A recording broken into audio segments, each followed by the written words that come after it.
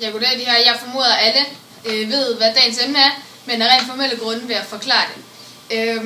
Sagen handler så om en ung læge ved navn Malene, som der i nat blev fundet død på sit arbejde. Jeg vil nu bede en af hendes kollegaer forklare det. Melanotan er to syntetiske hormoner, M1 og M2. Ved at efterligne pigmenthormoner stimulerer pigmentproduktionen, som giver kramper og muskelsammentrækninger og ender tit med at give hjerteanfald. Det var det, der skete med Malene. Det her er en kanyle, der blev fundet på gerningsstedet.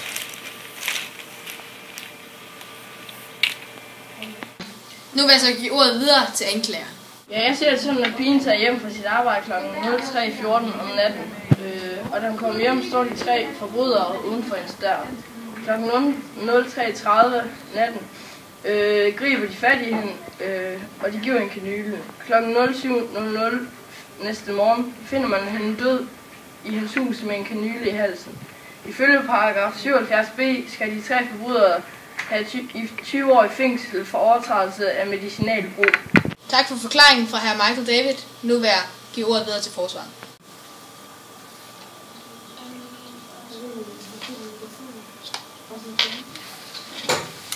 Ja, vores forklaring, eller min forklaring her fra vores side, er, at lægen bliver forfulgt fra hendes hjem kl. 03.14, tager hun fra arbejde og bliver forfulgt til hendes hjem, og så 03.30 tager hun sit eget liv på grund af psykiske problemer med både familie og bekendte. Hvad forklarer blodet på hans hænder? Det er, så det næste jeg skulle til at sige, det er, at kl. 07.00 finder min klient, som har forfulgt hende til hendes hjem, finder hende så død i hendes hus. Nu. Hvad var så grunden til forfølgelsen?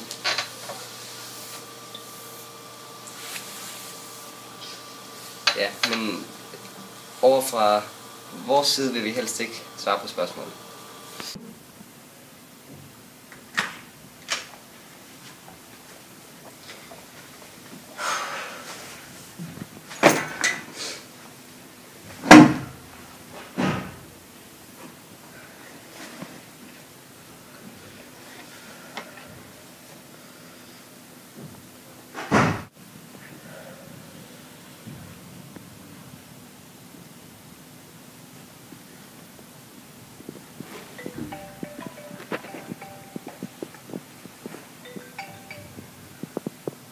Hallo? Hvem er det? Er det banken? Ja, hvad vil I? Har jeg en kæmpe gæld, og har jeg ikke betalt af på mit hus? Det kan jeg da ikke rigtig forstå. Er det virkelig så meget? Men det har jeg da slet ikke råd til at betale. Kan vi ikke fikse et møde i den kommende uge? I morgen kl. 10, kan I der? Okay. Så er det en aftale. Vi ses.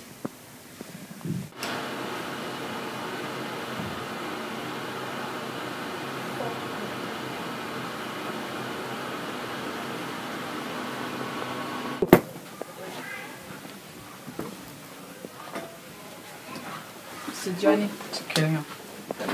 Bitch. De fik mig. Jeg er blevet ført til retssagen. Hvordan fucking fik de dig, mand? De har billeder. Fingeraftryk. Det er en der kanylen. Ja.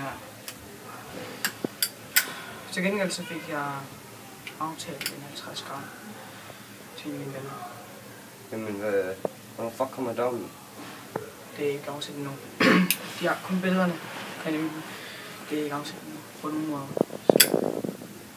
Det er også en fucking 30 grams aftale. Ja. Vi må se, hvordan det er, vi kan slippe forbi. Fuck, men sådan har du taget i går på toget. Jo, ja, han var en god ven. En god ven, mand. Mega mange penge. Helvede. Ja. Hvad skal vi gøre? Det er dig, der er boss. Ja. Håber ikke, du bliver taget. Ja, eller ikke. Det betyder en forbandet.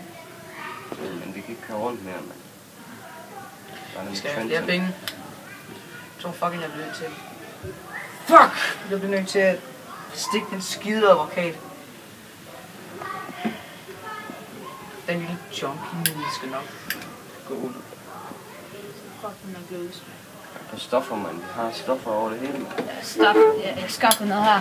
Der er 15 kilo stoffer her. Mega mange penge. Den så omkring Malene, hvordan hun havde det i dagligdagen. Jeg vil nu give ordet videre til anklageren, Michael. Ja, jeg mener, Malene havde det godt i hverdagen og fungerede rigtig godt på hendes arbejde. Jeg mener ikke, at hun var psykisk syg. Hvad siger du til det? Jeg mener, at offeret led af skizofreni, altså var 2 personer i sig selv. Hun har senest slået op med kæresten, ellers haft problemer med andre familiemedlemmer, blandt andet brødre og andre søskende. Men var det så ikke naturligt at tage sit eget liv, her Michael David? Jo, men hun blev forfulgt mange gange. Ja. Han er en farlig mand. Han blev beskyldt mange gange for at have gjort noget ondt. I må undskylde, jeg ikke lige kan huske det hele, fordi jeg har nogle personlige problemer. Tak for i dag alle sammen. Det var alt.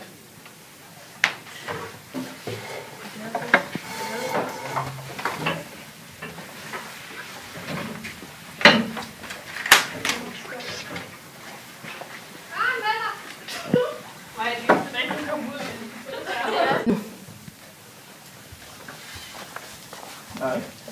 Jeg har et forslag til dig, min lille fine ven. Fordi jeg ved godt, du er sprøjte, LSD, kat, hvad end vi kommer med afsted med. Jeg sælger den slags. Jeg sælger våben, narko, jeg har penge. Det lyder godt. Ja, kunne du måske overveje at tage imod bestikkelse? Jeg vil tænke over det. Det er det. Ses.